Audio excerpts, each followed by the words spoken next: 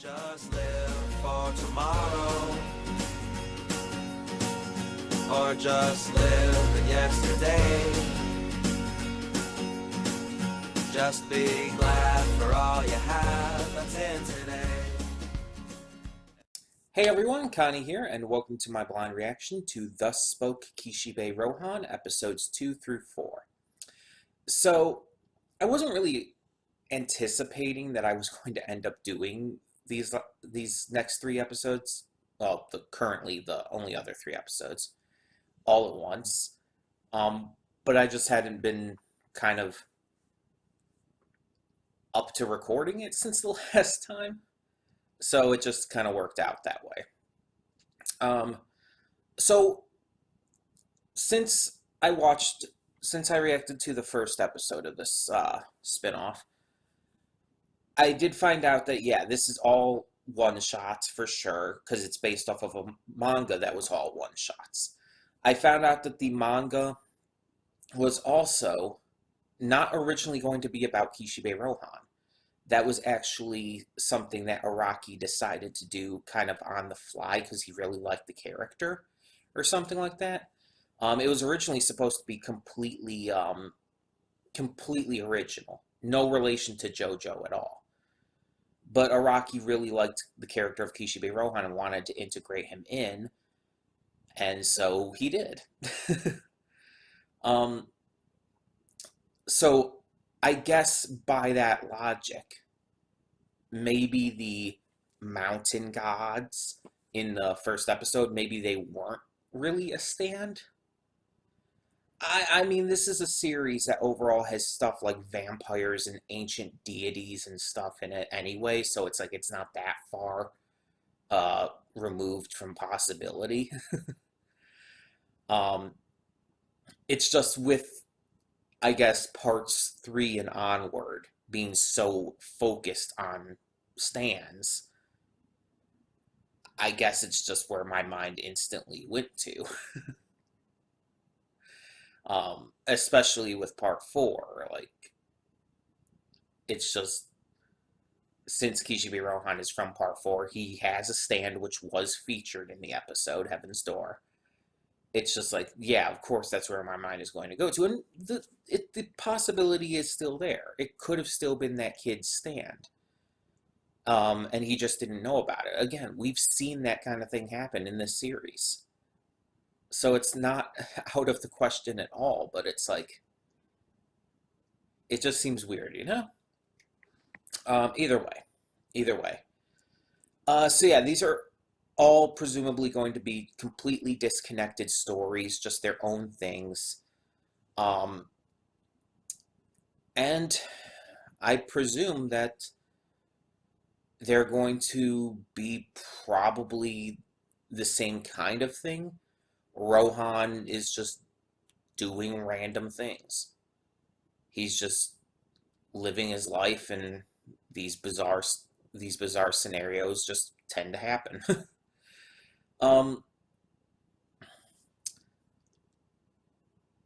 Now, I do still find it a little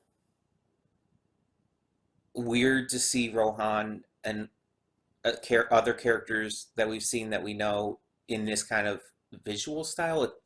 It sets it apart, but at the same time, it's still like, uh, it almost makes me glad, admittedly, that Koichi's not a major character in part 5 with Vento Areo, and that he only appears like very briefly,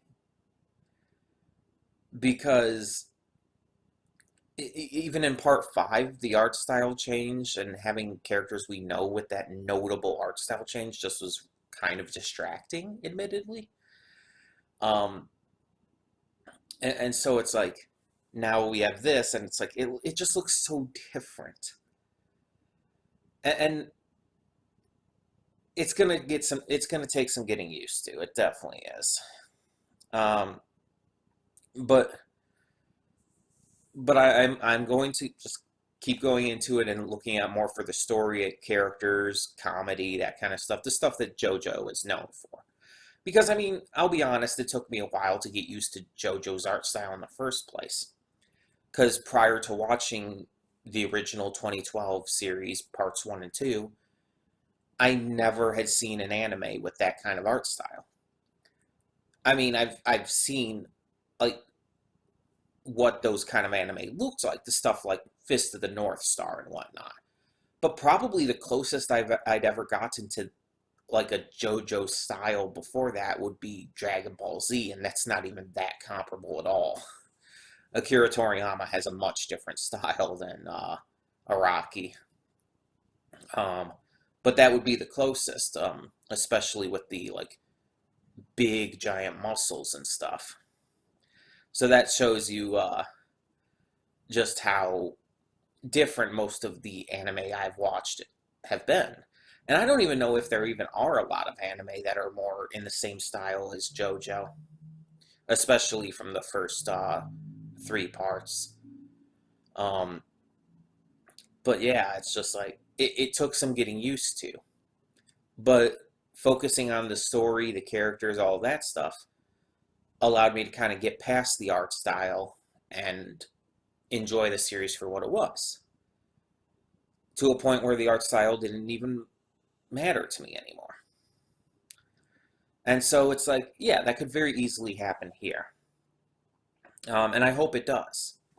Now, I also do not know if this spin-off series will get any more episodes in the future. If it does, I'll try to react to them in the future, but for now, this is all there is. And again, the 4th one just came out. I mentioned that in the first reaction. I think it's just kind of sporadic when they're released, just kind of whenever. Maybe they come out with like DVD releases or whatnot, I don't know, for the actual main series. But yeah, we have 4 episodes. They're all disconnected from each other. They're all their own separate stories, just post part 4 Kishibe Rohan shenanigans, basically. So it's not like there's an ongoing story I really need to worry about or anything. There might be some connective threads, but it's just kind of, yeah. And also, yeah, the last episode, as I had mentioned in that, in the afterthoughts, when it said like, oh, episode 9 or no, 5 or 9 or something like that, like when the episode starts, like that was definitely because it was taken from the manga's 5th or 9th episode or whatever. Because the manga is separated that way, and it was just saying like, oh, this is that part of the manga, of the spin-off manga. So it's like, yeah, a little confusing, but yeah. Which shows that, yeah, the manga's not really in any particular order or anything either. That can just kind of be mixed and matched about. Also to note, another thing I did find out is that one of the scenes at the very end of the last episode was actually completely original. The scene where the girl, Rohan's editor, where she finds out, or no, actually actually the scene where Rohan reveals it, because she doesn't find out. Rohan reveals it to Koichi and Okuyasu and all. Josuke's there too, but he doesn't actually say anything. But yeah, the part where he reveals that her mother and boyfriend were okay, that the car crash was just a fender bender, basically. That wasn't in the original manga. So presumably in the original manga, her mother and boyfriend still died. The only thing that was brought back was the bird in the box and, well, her. So it's like, oh, well, I'm glad the anime changed that, because I, I mean, I understand that might seem like a little nonsensical with what the rules of this stand or mountain god or whatever were, because the fact that she got back multiple things for Rohan only having kept the rules once or whatnot for her sake, it just feels odd. I don't know. But I'm glad anyways, because it's like she was she was a good person, and it's like you don't want to see her have to go through that and everything. Like, you saw how badly it tore her up, and it's like you just felt so much relief when that was revealed. So that was a good change. It was a good way to end it without leaving off on a really sour note, to be honest. Not that JoJo wouldn't do that. It's just I'm glad that they didn't this time around. um, but yeah, it's good that David Production is handling this spinoff as well, um, because it definitely helps it feel like JoJo. And the first episode did definitely feel like JoJo, even though it's a spinoff, even though it's separate for the most part. It definitely did still have that same feeling to it, to where it it felt natural within the universe that this series has created. So yeah, I'm happy for that. Either way, it's about time we just got this started, because we do have 3 episodes to get through. And yeah, next week we will be returning to normal with everything. I'll talk more about that in the afterthoughts, but yeah, it's just I wanted to get to kind of this stuff that I just wanted to focus on this week. The movie and this series, well, this spin-off short OVA. um, Next week we'll go back to normal stuff. We'll do Harley Quinn, all the other shows. And hopefully everything will just return to as normal as this channel gets. So, that being said, let's get this going.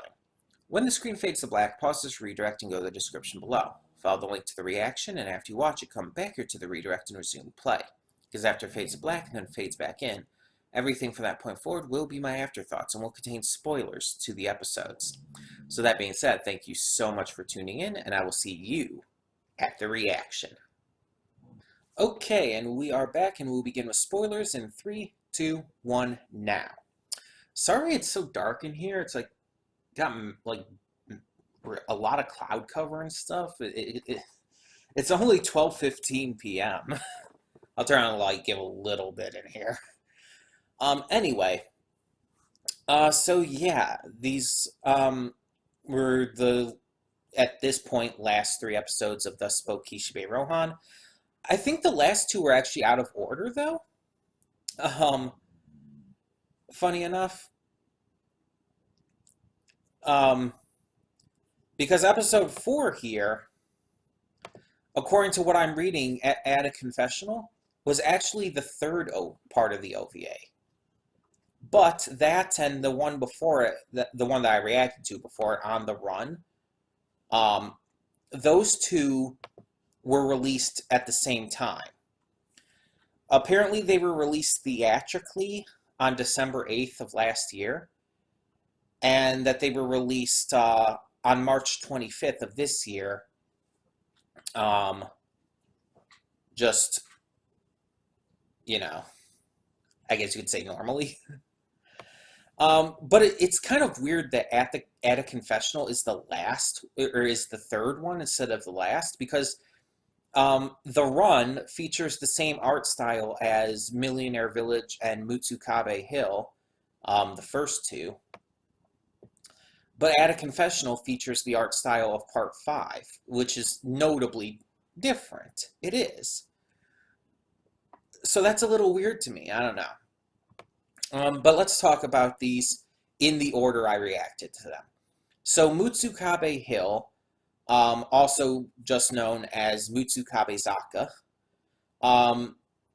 Rohan is talking to, I guess, his new editor or something. Because it's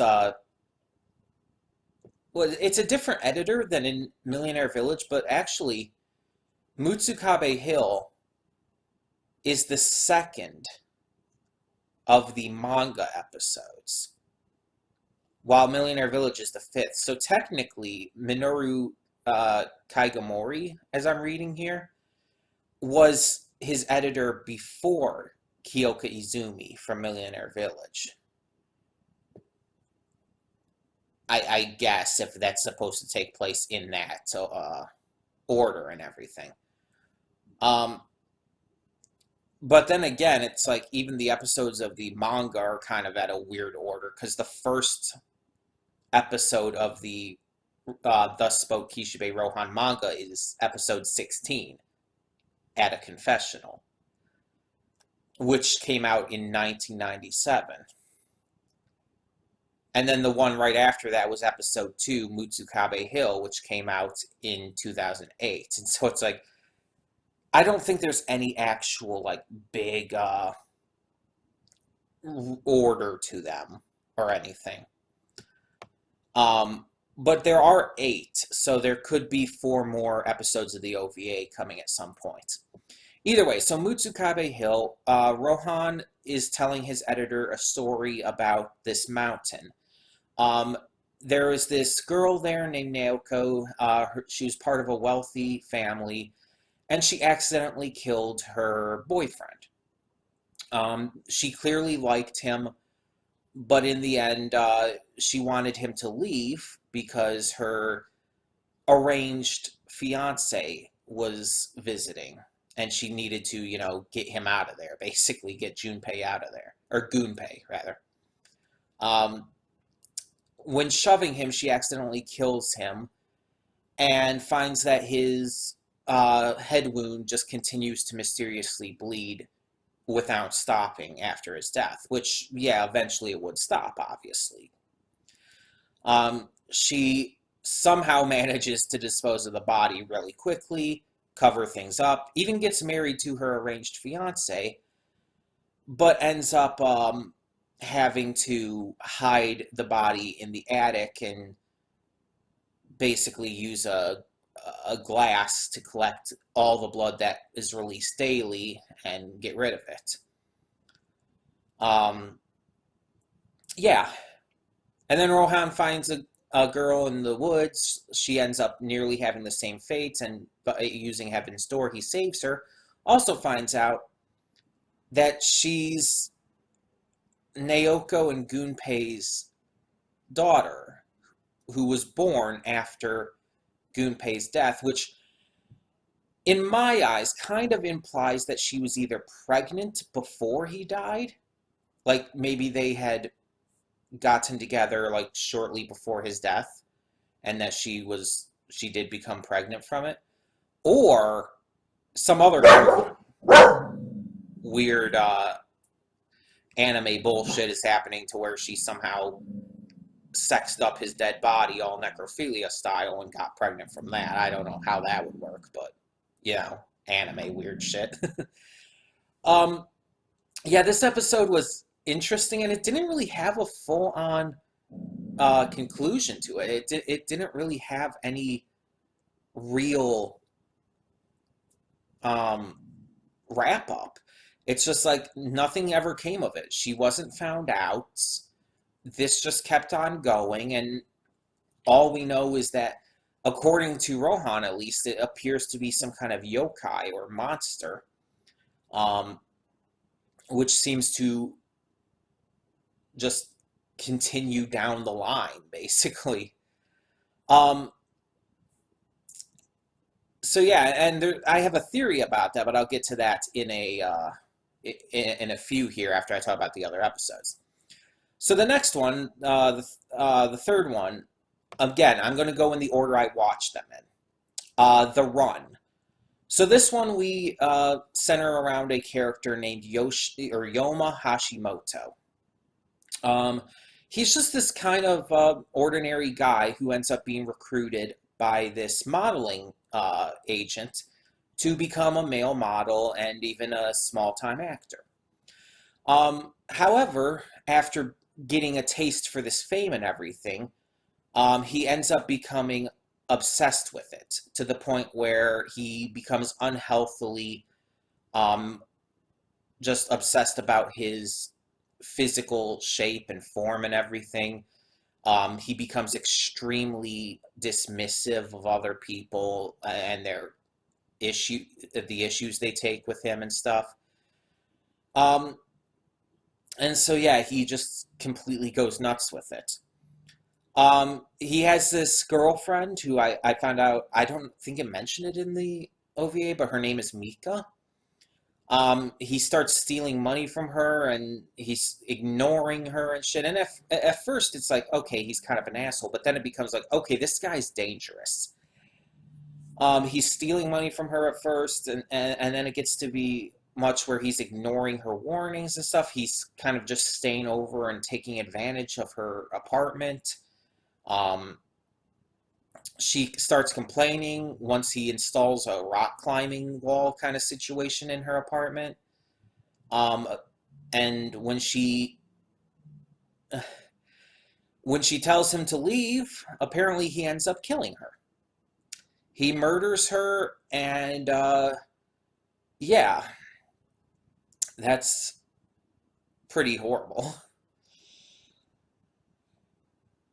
Um, we go to Rohan, who ends up having a contest with Ryoma. They had a contest before, but now they're having kind of a second one to kind of basically a rematch. But Yoma sees it more as a grudge match. They're basically racing on treadmills, and then they're going to try to grab the remote to stop the machine and all. Yoma goes too far. He breaks Rohan's fingers. He smashes the glass window behind them. And Johan grabs the remote, but Rohan also did something pretty terrible, which he admitted to. When he used Heaven's Door, he wrote in there and everything that Yoma would press the button, and it's like he's thrown out the window. Yeah, but we see that according to this, the other two who were killed, it mentioned three people that were killed by Yoma. Um, One was the other gym patron, the other guy at the gym who the personal trainer had been distracted by. And there's someone else as well. It doesn't say here who the third person was. It just mentions Mika and the other gym patron.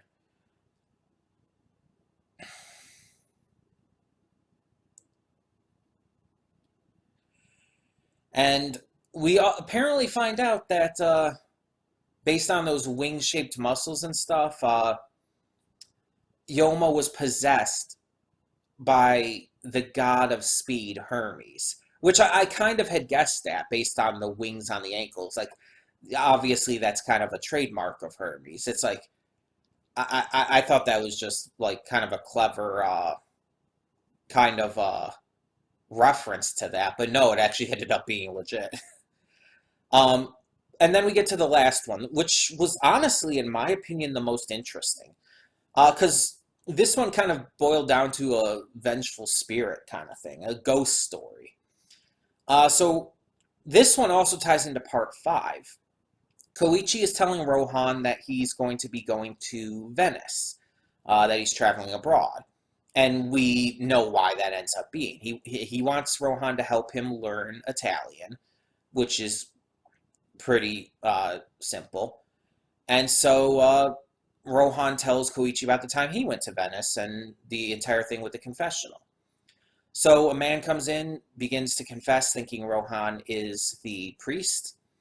And we find out that this guy, when he was young, he was a laborer. He basically all day long, every day, hauled bags of corn and shit. And it took up his entire life. He was angry at it. He was resentful. He hated the job, but he felt like he needed to do it, I guess. A beggar came by one day asking for food, seeing that he had this sandwich laid out for his lunch. But because of his because of his anger at the job and everything, and his resentment and all of that, it kind of boiled over, and he kind of snapped, and he accused the old man, the old homeless man, of being too lazy and not working like he was. So he tried to force the old man to work for the food, like do his work for him, basically. But the old man, apparently, it looked like he had a heart attack. It's not clear, and it doesn't really say here, but carrying the heavy bags of corn definitely caused his death. Um, and we see that his spirit comes in right away, pretty much, and curses this guy. So we find out that after this, the guy ended up becoming really, like, everything started to go right. He became extremely rich. He married a model. He even had a daughter who he clearly loved.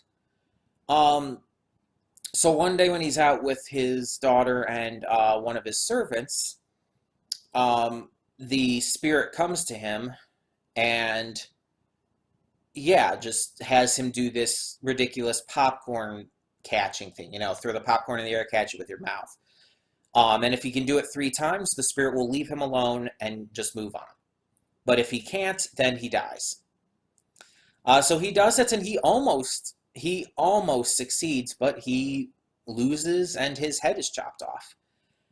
Afterwards, we find out back at the confessional, back in that time frame, that the guy in the confessional is the guy who had fucked with everything, but the guy who died was not him.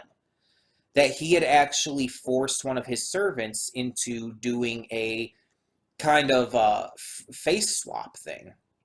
He forced one of his servants to have plastic surgery with him, and they basically swapped faces. So the spirit killed the servant, who now also is swearing revenge on him, while he looks like what his servant normally would. Which is all kinds of fucked up. But it does seem like he realizes this, and he is confessing his sin.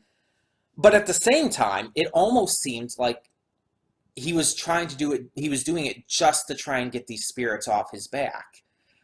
Because at the end, he was like basically saying, it's like, you won't even, I'm confessing my sins, you won't even leave me alone now? And it's like, wait, you're doing this just for that, not because you feel guilty? And in the end, it's Rohan just kind of leaves it alone, and it's just, okay, nothing is resolved with it. That seems to be a theme in these. It's like nothing is really resolved. I mean, it kind of was in the run, but both the confessional, at the confessional and Mutsukabe Hill, there was no real resolution, and Millionaire Village kind of had a resolution, at least to some degree, but it felt almost incomplete. And that's no issue with these episodes, by the way, necessarily. It's just, it is something I noticed. So yeah, that's just generally what happened. If I had to say a favorite, it is at a confessional. I just like the ghost story aspect of it, and it was the one that kept me the most interested and invested. If I had to name a least favorite out of these 3, it would probably be The Run. And it's not because it was bad. I'd say it's my least favorite of these 3, simply because I started to hate Yoma really quickly, and it admittedly did affect my enjoyment of it just a little, because I just hated him so goddamn much with the way he was treating Mika. That kind of shit pisses me off. I'm sorry, it does. That kind of shit really pisses me off when people treat their partner like that. And it doesn't matter like what gender it is. Doesn't matter if it's a guy treating a girl like that, a girl treating a guy. Doesn't matter if it's a non-binary person on either side. It doesn't matter. It's like, if you're treating your partner like that, that's a pretty shitty thing to do, no matter what. I mean, he was not only just stealing her money and everything for his own sake, he was constantly berating her and treating her like shit. And in the end, he murdered her. And she did literally nothing wrong. The only thing that she really did that was wrong towards him, that I could even see him even having some level of a reason for going after her, was kicking him out. But it's like he was a famous model and stuff. Shouldn't he have the money himself? Which also kind of invalidates why he was stealing her money. He was just kind of an asshole. He was a piece of shit. So the episode kind of made me hate him really heavily, and it's like, I mean, that's probably the point, mind you, but it's like it worked a little maybe too well. Um, and out of all four of them, that is probably, again, my least favorite for that reason. And again, not to say it's bad or anything, but yeah. Now here's where what I was mentioning earlier. I wanted to get to something. I had a theory. I'm thinking these are all stands. I don't know why Rohan wouldn't think about that, but I'm thinking that every single one of these are stands. Let's go through each of them again. Millionaire Village, we have this god of the mountain kind of situation that whenever people show bad manners, takes something from the people. One thing per bad manner that is shown. But if they show good manners, they're given another chance, and if they show good manners, they are allowed to receive the thing back. In Mutsukabe Hill, again, we have this entity that can seemingly possess a person, and if they're killed, they bleed out and out and out. And according to Rohan, it seems like the thing seems to desire to see, for people to see it die. And whatever it possesses just keeps bleeding and everything forever, basically. The Run, we have this the god of speed Hermes, who is possessing this guy Yoma, and basically makes him sociopathic and just completely horribly evil. And gives him like these unnatural muscles and shit and everything from when he works out. And at a confessional, of course, we have a vengeful spirit kind of thing. So, two of these I want to touch on first. The vengeful spirit and at a confessional. Well, both of them, actually, technically. Because we see two of them. And the yokai, the Mutsubizaka yokai from Mutsukabe Hill. Both of these are enemies, I'll just say, that persist after death. And you may think that like that's unlikely, that means it could be a stand, because the stand is directly connected to the user and stuff usually. But I remind you of Notorious B.I.G. from Part 5. Notorious B.I.G. is a stand that is only activated upon the death of its user, Carne. The stand not only survives after Carne's death, but actually does not truly activate as a stand until then. So, it's not unlikely that there could be other stands that would activate upon death like that, or be able to at least survive after death. In Mutsukabe Hill with the yokai,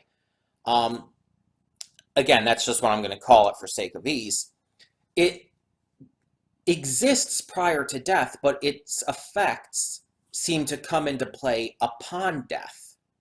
The excessive bleeding and shit. The fact that the wound cannot be healed. And I do believe that the deaths that happened were completely coincidental. Gunpei's death when he was accidentally shoved into the golf clubs, and the little girl, their daughter, when she fell and hit her head on the rock and all. I think that those were completely coincidental deaths. I'm not saying that this yokai that is vengeful or is trying to kill them or anything. I think it's just it just kind of happens, and it seems to be able to transfer itself as well, or at least like be able to like not like transfer exactly, but kind of like the term it uses on here is propagates. I guess that's the best way to put it. It kind of like it's hereditary basically because their daughter seemed to have it too.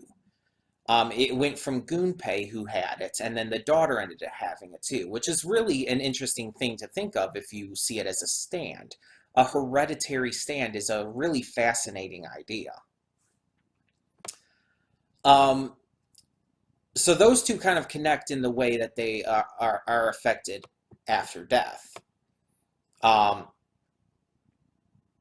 but that, but getting into the next one, you have the spirits, and this one again, the old man, if we do consider it a stand, could have had it, and it just activated upon his death. Upon his death, the stand turned him into a vengeful spirit. It created him. It gave him like this. How would I put it? This kind of almost corporeal form, semi-corporeal form, allowing him to interact with whoever he has a grudge with and those around him. There's not too much to go into with this one. It's a spirit. He's a vengeful spirit. He can affect the world around him, like so much as cutting off the guy's head and everything. And we see it at the end. We see him at the end too, at the confessional. So we know that he won't rest until the real guy is killed. So he didn't just like go away after he killed the servant who was, given the plastic surgery and shit.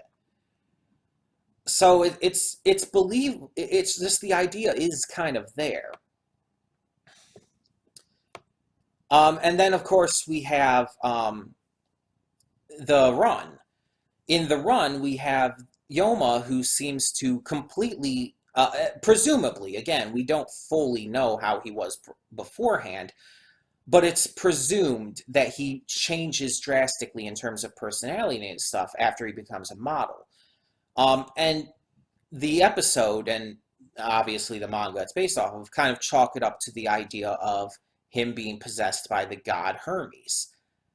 But that could very much just be how Rohan sees it, and could easily be a stand that not only allows him to gain muscles at an expedient rate, which is kind of shown in the way that Rohan notes how his muscle definition is unnaturally fit.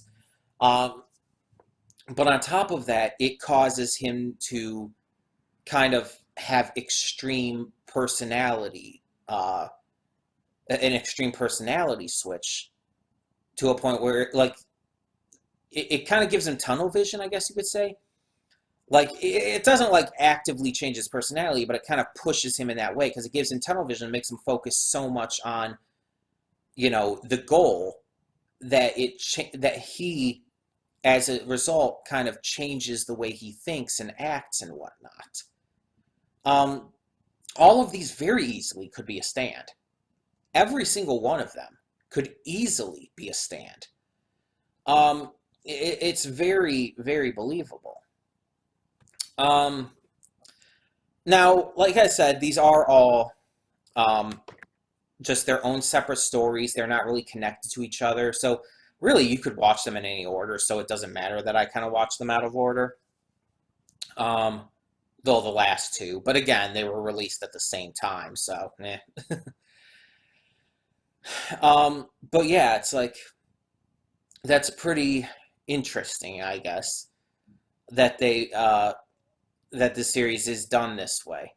Just basically a series of one-shot episodes, just focusing on Rohan, just doing stuff, basically.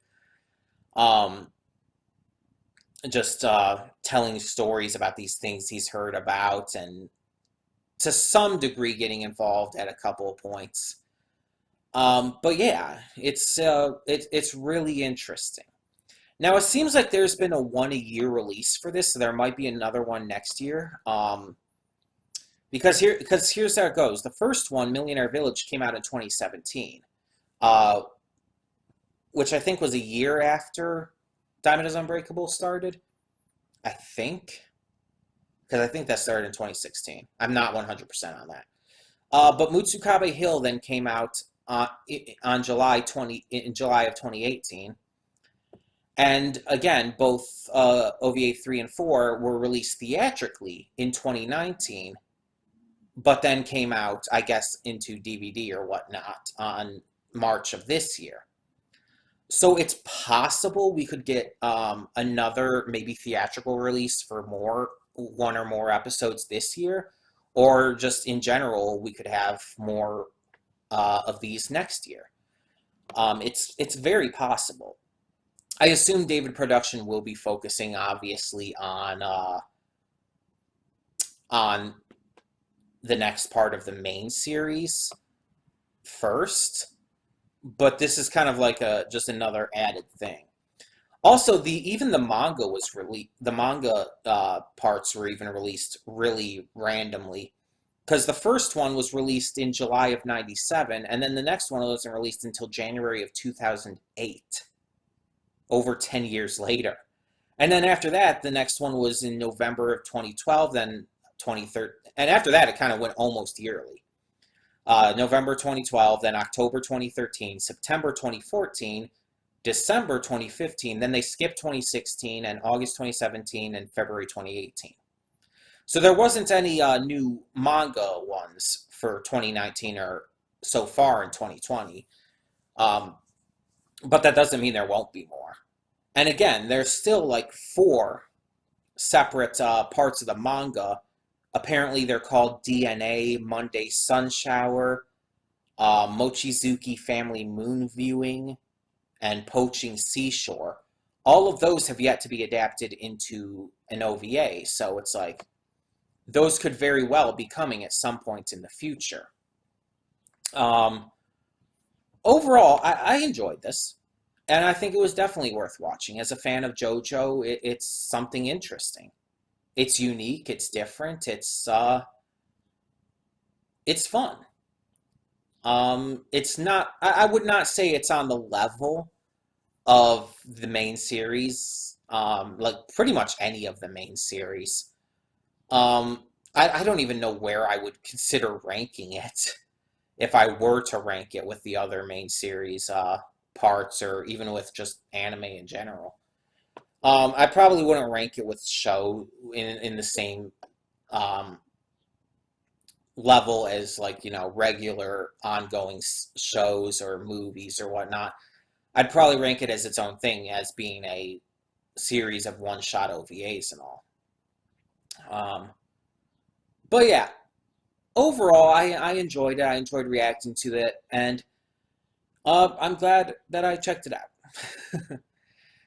So yeah, as I said in the pre-thoughts, this did kind of take up this week. Next week, hopefully, we should be able to get back to everything else, and we should be hopefully doing it on a more regular basis too. So we'll get back to stuff like Harley Quinn and She-Ra and all the other stuff. Glitch texts, yeah, you get the point. We'll get back to our normal stuff next week, and just kind of go from there. And again, as always, we'll do it as we do. Thank you so much, though, for tuning in, and tell me in the comments below what you thought of these 3 episodes of Thus Spoke Kishibe Rohan, and what you thought of the series so far, at least, as a whole. Tell me what you think of the entire stand theory as well. I'd like to hear your thoughts on that, too. In the meantime, thank you all once again for tuning in, and for now, I'm Connie, and I'm signing off. See you all next time.